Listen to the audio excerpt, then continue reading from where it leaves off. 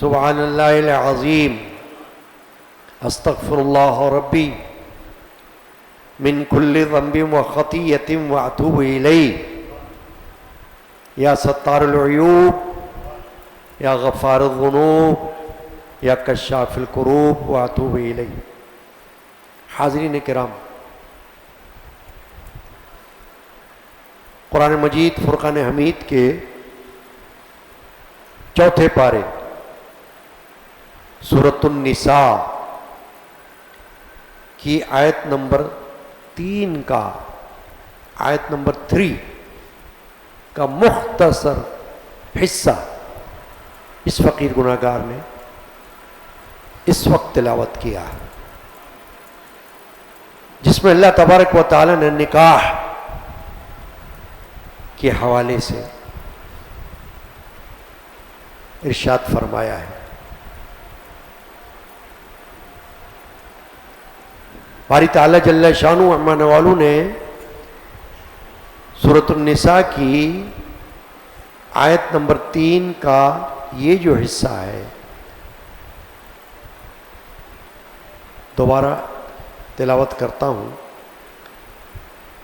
ارشاد فرمایا فَانْكِحُوا، تو نکاح میں لاؤ، مَا طَابَ لَكُمْ، جو عورتیں تمہیں پسند آئیں، جو عورتیں تمہیں خوش آئیں، من النساء، عورتوں میں سے جو عورتیں تمہیں پسند آئیں ان کو نکاح میں لاؤ، مثنا، دو دو، وثلاثا، اور 3 3، ورباع، اور 4 4۔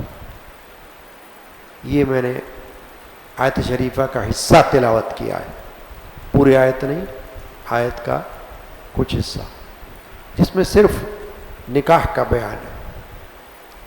نکاح ویسے تو پوری دنیا میں ہوتا رہتا ہے، لیکن اہل ایمان کو، مسلمان کو اسلامی تعلیمات کی روح سے جو احکامات قرآن میں اور حدیث میں ہمیں ملتے ہیں اس پر گفتگو ہوگی، تاکہ ہر مومن مسلمان کو اس عمل کے بارے میں آگہی حاصل ہو، کیونکہ نکاح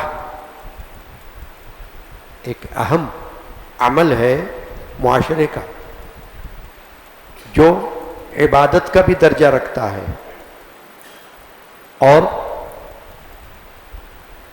صرف سنت نبوی ہی نہیں، سنت انبیاء ہے۔ انبیاء کرام علیہم السلام کی سنت یعنی طریقہ ہے۔ پھر صرف نبی و رسول ہی نہیں، صحابہ بھی ہیں نکاح والے، اہل بیت بھی ہیں نکاح والے، تابعین بھی ہیں نکاح والے، تبع تابعین بھی ہیں نکاح والے، اولیاء کرام بھی ہیں نکاح والے، یعنی سب سے جن جن کے میں نے ابھی نام لیے نکاح کا ثبوت ملتا ہے۔ اسلامی معاشرے میں نکاح کو ایک درجہ حاصل ہے، اسی لیے فقہاء نے فرمایا کہ جب نکاح ہو تو علانیہ ہو، خفیہ کرنے سے بچو، علانیہ ہو، علی الاعلان ہو۔ بلکہ یہ بھی کہا کہ نقارہ بھی بچ سکتا ہے اعلان کے لیے، دف بھی بچ سکتا ہے اعلان کے لیے، تاکہ دنیا کو خبر ہو جائے کہ نکاح ہو رہا ہے۔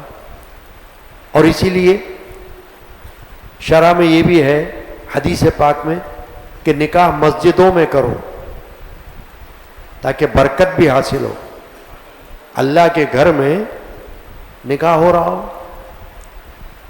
تو اللہ کے گھر کا تو ایک مقام ہے نا.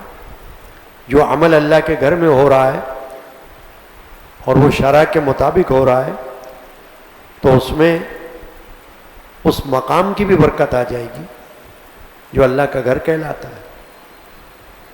تو نکاح ہمیشہ سے ایک ایسا عمل رہا ہے جس کو سوسائٹی میں، معاشرے میں اہمیت حاصل ہے، اور نکاح ضرورت بھی ہے. مرد کی بھی ضرورت ہے، عورت کی بھی ضرورت ہے. اسی لیے قرآن مجید میں اللہ تبارک و تعالی نے نکاح کے اصول، ضوابط، قواعد بیان فرمائے تاکہ نکاح بھی ہو تو شریعت کے مطابق ہو، ورنہ نقصان ہو سکتا ہے. ہو سکتا ہے شرع کے مطابق نکاح نہ ہو تو نکاح ہوگا ہی نہیں. مثلا اگر گواہ نہ ہو، دو گواہوں کا ہونا ضروری ہے نکاح کے شرائط میں سے. تو اگر دو گواہ نہ ہو تو نکاح تو منعقد ہی نہیں ہوگا، وہ نکاح ہی نہیں ہوگا. تو شرع کے مطابق ہو، اصول و ضوابط کے مطابق ہو تو ٹھیک ہے. اب یہ جو آیت شریفہ کا حصہ آپ نے سنا، کیا سنا؟ فَانْكِحُوا مَا طَابَ لَكُم مِّنَ النِّسَاءِ، نکاح میں لاؤ عورتوں میں سے جو تمہیں پسند ہوں. مثنیٰ و ثلاثہ و رباع، دو دو، تین تین، چار چار. اس کا شان نزول جو بیان کیا گیا ہے ایک سے زیادہ اقوال ہیں، لیکن ملتے جلتے ہیں. کیا کہ جن لوگوں کے نکاح، جن لوگوں کی سرپرستی میں یتیم بچیاں ہوا کرتی تھیں اور ان یتیم بچیوں کی کوئی ملکیت بھی ہوتی تھی، تو بعض لوگ ان کو نکاح میں لے لیتے تھے لیکن ان کے ساتھ انصاف نہیں کرتے تھے. مہر دینے میں، نان و نفقہ دینے میں، یا ان کا خیال رکھنے میں. کیوں؟ کہ وہ ان کے زیر دست،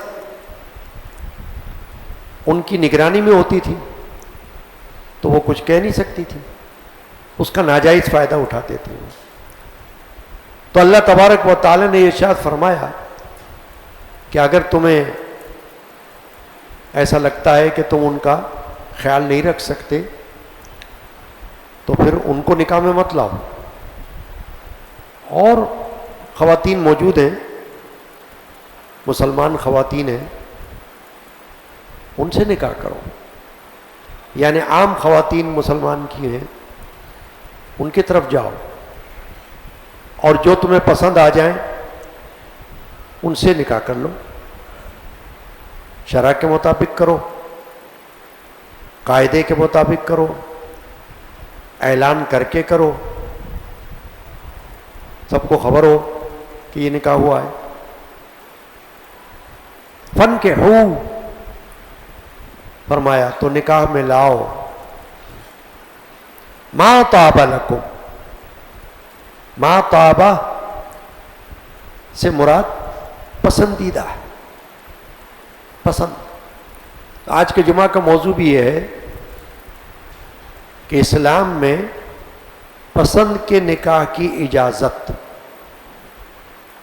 پسند کے نکاح کی اجازت کہ ہے یا نہیں ہے، اس کے بارے میں معلومات حاصل ہوں گی.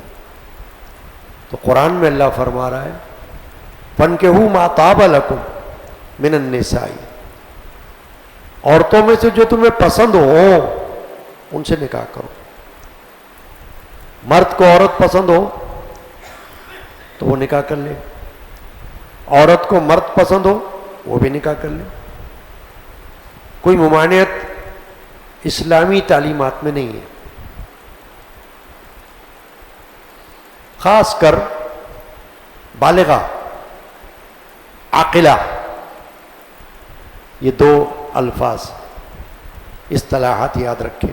بالغہ جو جوان ہو، بچی، نابالغ نہ ہو. عاقلہ جو عقل والی ہو، پاگل نہ ہو، مجنون نہ ہو. تو بالغہ ہو اور عاقلہ ہو، یا مرد بالغ ہو اور عاقل ہو، تو اس کو شریعت محمدی نے، شریعت اسلامی نے اجازت دی کہ وہ اپنی پسند سے نکاح کر سکتا ہے. یعنی جو پسند آ جائے.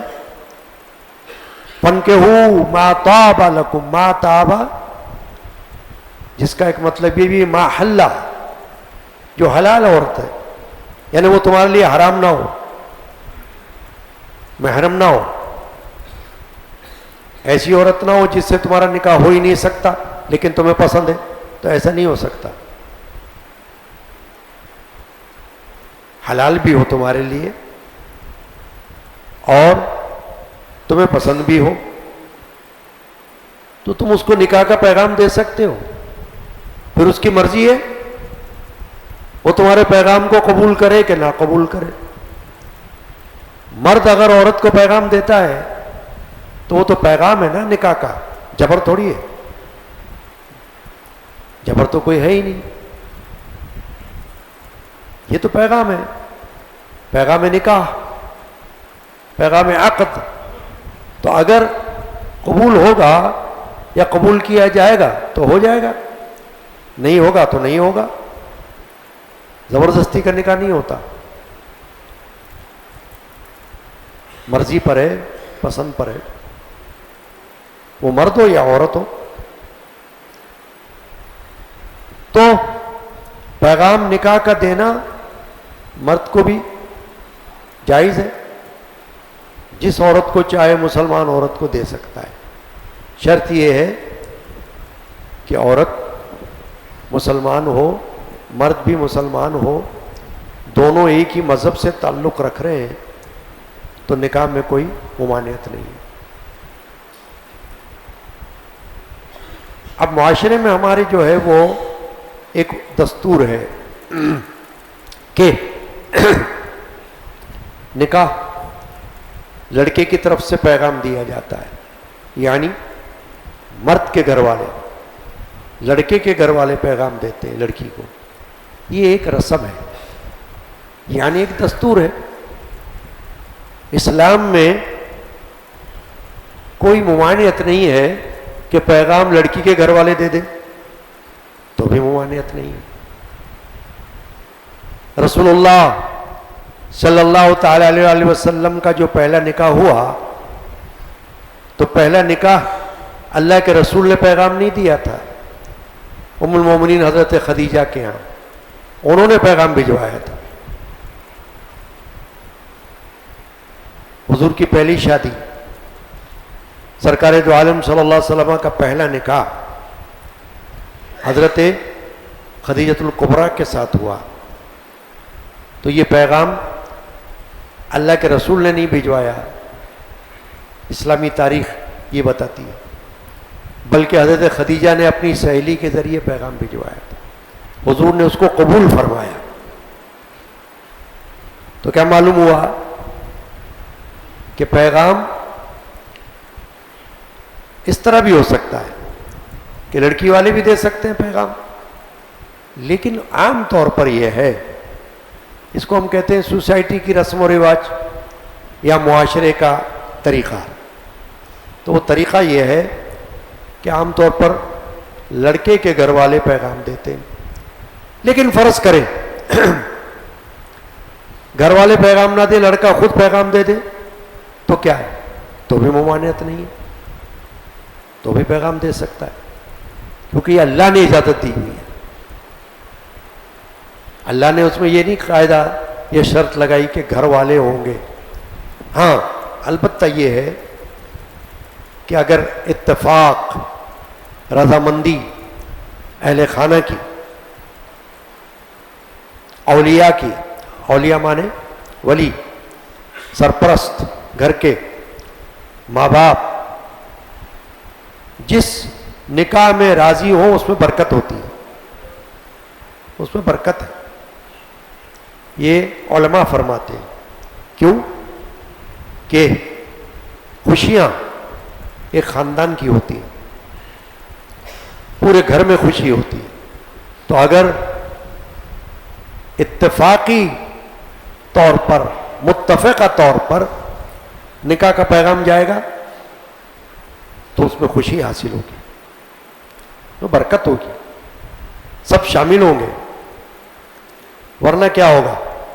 مثلا اگر مرد صرف اپنی رضامندی سے نکاح کرے تو کر تو سکتا ہے، بالغ ہے، عاقل ہے.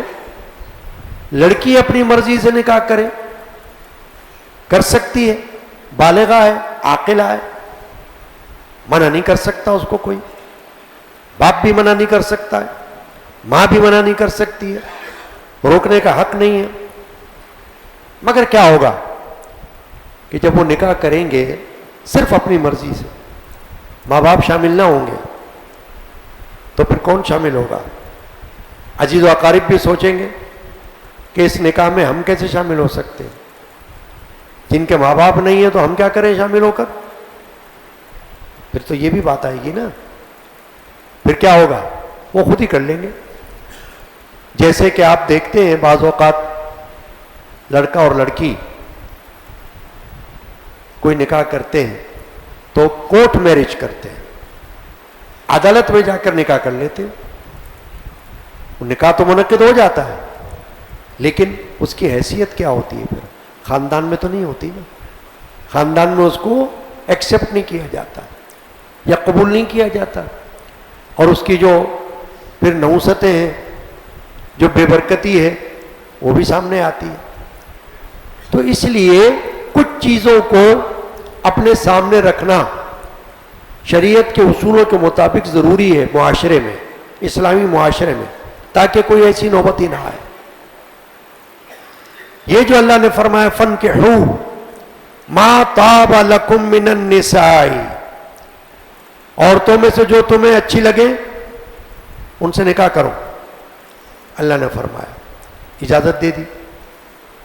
پھر یہ بھی اجازت دے دی مثنا، دو دو، وثلاثہ، تین تین، ورباع، چار چار.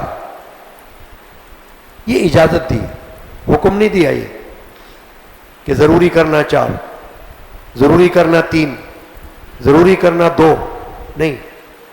اجازت دی کہ کوئی بیک وقت چاہے تو 2 نکاح بھی کر سکتا ہے، 2 بیویاں بھی رکھ سکتا ہے، 3 بھی رکھ سکتا ہے، 4 بھی رکھ سکتا ہے، بس ایک وقت میں. اس سے زیادہ حرام ہے. 4 سے زیادہ کی اجازت صرف اللہ کے رسول کو ہوئی، جن کی ازواج مطہرات 4 سے زیادہ ہوئی. یہ صرف رسول اللہ صلی اللہ علیہ وسلم کی خصوصیات میں سے ہے. عوام مسلمین کو یہ اجازت نہیں کہ وہ بیک وقت 4 سے زیادہ نکاح رکھے. احادیث ملتی ہیں 1 سے زیادہ کہ ایک شخص کے نکاح میں 10 بیویاں تھیں. اللہ کے رسول نے فرمایا کہ 4 رکھو، باقی کو طلاق دو. چھوڑ دیا. یہ آیت نازل ہو گئی تھی، اس سے زیادہ کی اجازت نہیں. کسی کے نکاح میں 6 بیویاں تھیں، 5 تھیں، حضور نے فرمایا 4 رکھو، 1 چھوڑ دو. چھوڑ دیا. تو گویا کہ اس پر پابندی لگ گئی کہ بیک وقت 4 سے زیادہ خواتین کو نکاح میں مرد نہیں رکھ سکتا ہے. ایک کے بعد ایک تو کر سکتا ہے، لیکن ایٹ اے ٹائم 4 سے زیادہ نکاح نہیں ہو سکتے. پھر اس اس میں بھی بہت سخت پابندیاں ہیں، دیکھ بھال کی، نان و نفقہ کی، گزر بسر کی، خیالداری رکھنے کی سخت پابندیاں ہیں۔ کیوں کہ باری تعالیٰ نے قرآن مجید میں اگر یہ اجازت دی تو آگے یہ بھی فرما دیا کہ اگر تم انصاف نہ کر سکو گے، اور فرمایا کہ مشکل ہے نہیں کر سکو گے، تو پھر ایک ہی پر اکتفا کرنا، پھر آپ دو دو اور تین تین اور چار چار کی طرف نظر مت اٹھاؤ، تماشا مت کرو، یا کھیل مت بناؤ اس کو، یا اس کو اتنا ہلکا مت لو۔ نکاح کرنا تو آسان ہو سکتا ہے، اس کو سنبھالنا مشکل ہوتا ہے یعنی اس کو مینٹین کرنا، اس کا بوجھ اٹھانا، یہ تو بڑا شرعی مسئلہ ہے، اس کی تو پکڑ ہے اللہ کی بارگاہ میں۔ اگر خیال نہ رکھا، اگر بیوی کے حقوق پورے نہ کیے تو یہاں پکڑ ہو کہ نہ ہو مگر اللہ پکڑے گا، اللہ کے رسول پکڑیں گے، خود بیوی پکڑے گی قیامت میں۔ قیامت میں بیوی پکڑ سکتی ہے کہ تم نے میرے ساتھ کیا ظلم کیا تھا، جواب دو، تو اللہ تعالیٰ اس وقت اس کا حقوق دلوائے گا۔ بات صرف یہ ہو رہی ہے فَانْكِحُوا مَا طَابَ لَكُم مِّنَ النِّسَاءِ، موضوع صرف یہ ہے، دو دو تین تین چار چار تو اس لیے کہ اللہ نے اجازت دے دی تو اس پر میں نے بات کی۔ اصل موضوع یہ کہ کیا پسند کا نکاح ہو سکتا ہے اسلام میں یا نہیں ہو سکتا؟ تو ہو سکتا ہے، اللہ نے اجازت دے دی۔ فقہاء نے فرمایا، اور فقہ حنفیہ میں زیادہ تر لوگ ہم میں سے فقہ حنفیہ پر عامل ہوتے ہیں، یعنی ہم لوگ کون سی فقہ پر عمل کرتے ہیں؟ فقہ حنفیہ پر۔ نماز پڑھتے ہیں فقہ حنفیہ کے مسائل کے مطابق، روزہ رکھتے ہیں فقہ حنفیہ کے مسائل کے مطابق، عمرہ کرتے ہیں فقہ حنفیہ کے مسائل کے مطابق، حج کرتے ہیں فقہ حنفیہ کے مسائل کے مطابق، نکاح کرتے ہیں فقہ حنفیہ کے مسائل کے مطابق۔ تو فقہ حنفیہ میں بالغہ عاقلہ عورت اگر خود اپنا نکاح کرنا چاہے اپنی مرضی کے ساتھ تو ماں باپ بھی نہیں روک سکتے اس کو، ولایت اجبار ماں باپ کو حاصل نہیں ہے۔ امام اعظم ابو حنیفہ کے نزدیک، جن کی فقہ میں ہم لوگ ہیں اور ہم اپنے آپ کو حنفی کہلاتے ہیں، تو فقہ حنفیہ میں ماں کو اختیار نہیں کہ بیٹی کو روک لے، باپ کو اختیار نہیں کہ بیٹی کو جبرن روکے اس نکاح سے، نہیں ہے اختیار، کیونکہ وہ بالغہ ہے، وہ عاقلہ ہے،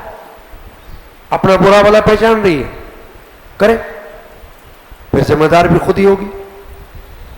تو معاشرے میں اکثر کیا ہوتا ہے، مسائل آتے ہیں ہمارے پاس، کیسز آتے ہیں ہمارے پاس، بیٹا چاہتا ہے اپنی پسند سے نکاح کر لے، بیٹی چاہتی ہے اپنی پسند سے نکاح کر لے، تو ہم یہ کہتے ہیں کہ بھائی آپ یہ دیکھو کہ جس جگہ وہ نکاح کرنا چاہ رہے ہیں وہ جگہ کیسی ہے آپ کے نزدیک، اگر اچھی ہے تو آخر کہیں تو نکاح کرنا ہی ہے نا، تو کر دو۔ حدیث پاک میں فرمایا اللہ کے رسول صلی اللہ علیہ وسلم نے کہ اگر تم شرع کے مطابق اپنے بچے کا یا بچی کا نکاح نہیں کرو گے تو معاشرے میں فتنہ و فساد برپا ہوگا، فساد ہو سکتا ہے۔ تو فساد تو یہی ہوگا نا کہ یا تو پھر گھر سے بھاگ کے شادی کر لیں گے، اگر ماں باپ توجہ نہیں کریں گے، ماں باپ صرف یہ دیکھیں گے کہ یہ اپنی پسند سے کیوں کر رہا ہے، اپنی انا کو سامنے لے کر آ جائیں گے اور کہیں گے نہیں ہم تو نہیں کر رہے۔ تو ہم ان کو جب ہمارے پاس یہ مسئلہ آتا ہے تو ہم کہتے ہیں بھائی آپ دیکھ لو نا، پسند کرنے کا حق تو اللہ نے دیا ہوا ہے، اللہ کے رسول نے منع نہیں کیا ہوا ہے، تو آپ دیکھ لو، اگر وہ جگہ، وہ گھر، وہ رشتہ جہاں تمہارا بچہ یا تمہاری بچی اپنی پسند سے نکاح کرنا چاہتے ہیں، اگر کوئی خرابی نہیں ہے تو کر دو نکاح، پھر تمہیں کیا اعتراض ہے؟ اور اگر خرابی ہے، اب بات یہ ہے سمجھنے کی، اور اگر خرابی ہے تو پھر قائل کرو اپنے بچے کو، بچی کو قائل کرو، بتاؤ بچہ بدماش ہے، بتاؤ شرابی ہے، بتاؤ ڈاکو ہے، بتاؤ نا، حرام خور ہے، بتاؤ بھائی، خرابی بتاؤ اس کی، جہاں وہ نکاح کرنا چاہ رہے ہیں اس نکاح کے اندر کیا خرابی ہے اس سے اس کو آگاہ کرو، تاکہ قائل کرو، اللہ رسول کی تعلیمات بتاؤ کہ نکاح کی اجازت ہے، مگر اگر جگہ بری ہے، وہ لوگ برے ہیں، وہ مرد برا ہے، وہ عورت بری ہے، تو پھر اس کی خرابی اس پر آگاہ کرو تاکہ وہ تمہاری بات کو سمجھے۔ صرف یہ کہہ دینا کہ نہیں ہم نہیں کر رہے، تو اس سے معاشرے میں فساد ہوتا ہے، پھر وہی ہوتا ہے کہ یا کوئی کورٹ میں جا کر نکاح کر لیتا ہے، آپ روک نہیں سکتے، ہے نا، یا پھر کوئی خفیہ نکاح کر لیتا ہے، آپ روک نہیں سکتے، یا گھر سے بھاگ کر نکاح کر لے سکتا ہے، آپ روک نہیں سکتے۔ جب شریعت نے روکا نہیں ہے تو آپ کیسے روک سکتے ہو؟ بھائی سب سے بڑھ کر بیٹا یا بیٹی کے سرپرست کون ہوتے ہیں؟ ماں باپ، تو ماں باپ کو تو اجازت دی نہیں کہ تم روکو، تو دوسرا کون روکے گا بتاؤ؟ تیسرا بندہ کون اٹھ کے روکے گا کہ مت کرو؟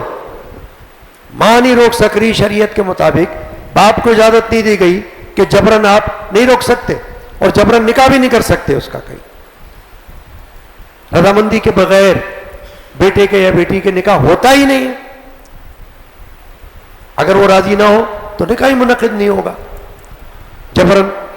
تو جبرن نکاح کرنے کا پھر نتائج جو ہے وہ معاشرے میں آپ کے سامنے آتے رہتے ہیں، ایسا بہت ہوتا رہتا ہے۔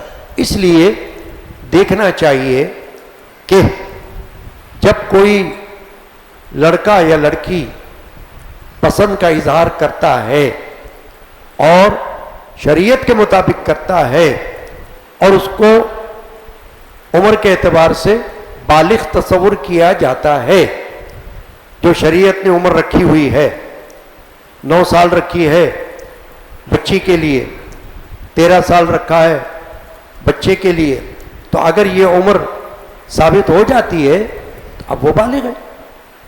ہاں نابالغہ کوئی ہو تو ولی کو اختیار ہے کہ وہ اس کا نکاح کر سکتا ہے، وہ ولی کی ثوابدید پر ہے۔ نابالغ کے حوالے سے بات ہو رہی، بالغ کے حوالے سے نہیں ہو رہی۔ تو زیادہ تر تو جو نکاح ہوتے ہیں وہ بلوغت کے بعد ہوتے ہیں، تو بلوغت کے بعد اگر کوئی اس طرح کے معاملات پیش آتے ہیں تو پھر معاشرے میں فساد برپا ہوتا ہے، اور وہ اس لیے ہوتا ہے کہ وہاں پر خام و خواہ کی پنچایت آڑے آ جاتی ہے، یا پھر جرگے آڑے آ جاتے ہیں۔ آپ دیکھ لیں نا، جرگوں کے نتائج دیکھ لیں آپ، آج کل آپ دیکھ رہے ہوں گے، ہے نا، قتل ہو رہے ہیں جرگے کے فیصلے پر۔ بھائی جرگہ جو ہے وہ ایسا کوئی فیصلہ نہیں کر سکتا جو قرآن کے خلاف ہو یا حدیث کے خلاف ہو، وہ جرگہ ہی بیکار ہے، وہ جرگہ ہی ناجائز ہے جو قرآن اور حدیث کے خلاف ہو۔ ہر فیصلہ جو قرآن و حدیث کے مقابل آ جائے وہ فیصلہ رد ہے، وہ تو مسترد ہے، اس کو تو ماننا ہی نہیں ہے نا۔ اور پھر اس کو جو مانے گا، ایسے جرگے میں کوئی شامل ہوگا یا اس کے ساتھ ملے گا، وہ سب کے سب گناہ گار ہوں گے۔ قرآن میں اللہ نے فرمایا تعاونوا علی البر والتقوی، اللہ نے فرمایا مدد کرو نیکی کے کام میں اور پرہیزگاری کے کام میں، ولا تعاونوا علی الاثم والعدوان، اور گناہ کے کام میں اور حد سے نکل جانے والے کام میں مدد نہ کرو۔ کون کہہ رہا ہے؟ اللہ فرما رہا ہے نا یہ بات، تو اس سے بڑھ کے کیا ہوا کہ اللہ خود روک رہا ہے کہ گناہ کے کام میں، حد سے نکلنے والے کام میں کسی کا ساتھ مت دینا بھائی، چاہے تمہارے رشتہ دار ہوں، چاہے تمہارے محلے والے ہوں، چاہے تمہارے برادری والے ہوں، چاہے جرگے والے ہوں، پنچایت والے ہوں، کوئی بھی ہو، ان کا ساتھ مت دو، الگ ہو جاؤ۔ قوم میں ڈر لگتا ہے اللہ سے، ہم کسی ایسے معاملے میں ساتھ نہیں ہو سکتے جو اللہ رسول کے مرضی کے خلاف ہو، نہیں ہو سکتے، بس تب تو بچت ہے اللہ کے پاس، ورنہ تو سخت پکڑ ہوگی، سخت گناہ گار ہوگی، یہاں ہو کہ نہ ہو، یہاں تو پتہ نہیں چلتا نا۔ ابھی جو واقعہ بلوچستان میں ہوا ہے، واقعہ ہوا عید سے پہلے، پتہ چل رہا ہے ابھی، تو کیسے پتہ چلا ہے؟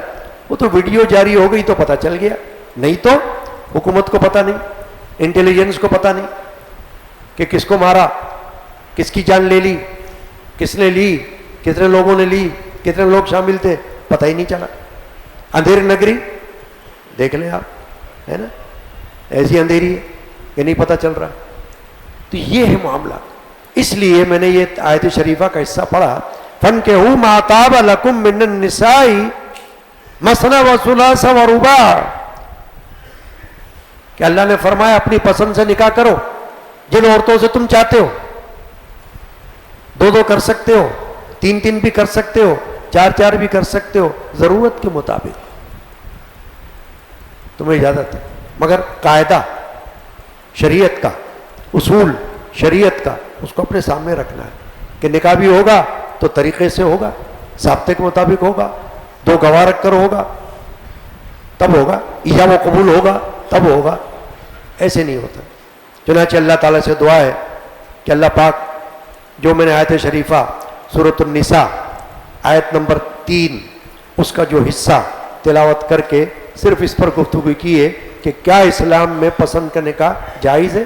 ہاں جائز ہے۔ کون کہتا ناجائز ہے؟